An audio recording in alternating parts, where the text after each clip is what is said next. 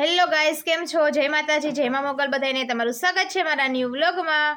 અત્યારમાં જો નવરા થઈ ગયા છીએ અને અત્યારે હે ને 9:30-10 જેવું થઈ ગયું છે. જો બેઠા છીએ ને મારી મમ્મી ભરે છે ભરત. એક જોડા ઓસિકા ભરી નાખ્યા કા મમ્મી? હા, એક જોડ ભરી નાખ્યા ના બીજી જોડ ભરે છે. જો એ તની ગુલાબી કર્યા તા ના હે ને ગ્રીન કલરના લીલા કલરના ભર્યા. હું તમે કહેતા કેવું ભરવાનું?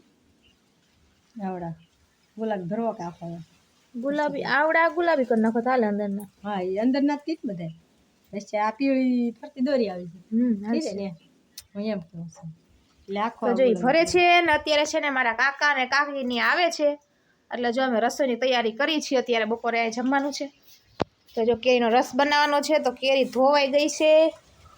આમાં હજી કેરી પડી છે અંદર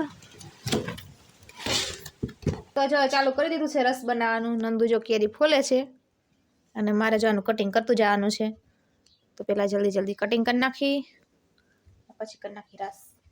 તો જો કાકા ને કાકી ને આવી ગયા છે ને જો બધા બેઠા છે અને ગૌતમભાઈ આવ્યા છે. ગૌતમભાઈ હાય, જય શ્રી કૃષ્ણ. સારું છે ને?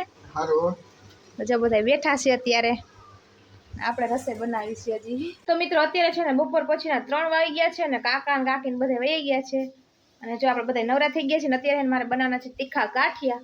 તો જો એની તૈયારી હાલે છે બધી અને એને રેસીપી વિડીયો શૂટ કરવાનો છે ને એટલે ગાંઠિયાનું એટલે જો એ બધું આપણે બધું રેડી કરી નાખ્યું છે. સ્ટેન્ડ લગાવી દીધું છે રિંગ લાઇટ અને જો બધું મસાલા ને બધું તૈયાર કરી નાખ્યું છે.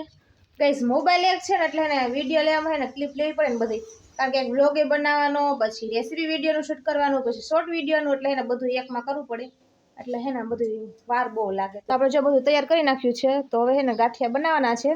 તો તમારે ગાંઠિયાનો ફૂલ વિડીયો જોવો હોય ને તો આપણે રેસીપી ચેનલમાં આવી જશે પાયલ્સ કિચન રેસીપીમાં, તો જોવાનું ભૂલતા નહીં. આપણે જો ગાંઠિયા બનાવવાનું શરૂ કરી દીધું છે અને ગાંઠિયા જો બને છે મસ્ત મજાના અને આટલા ગાંઠિયા તો બની ગયા ગાઈસ.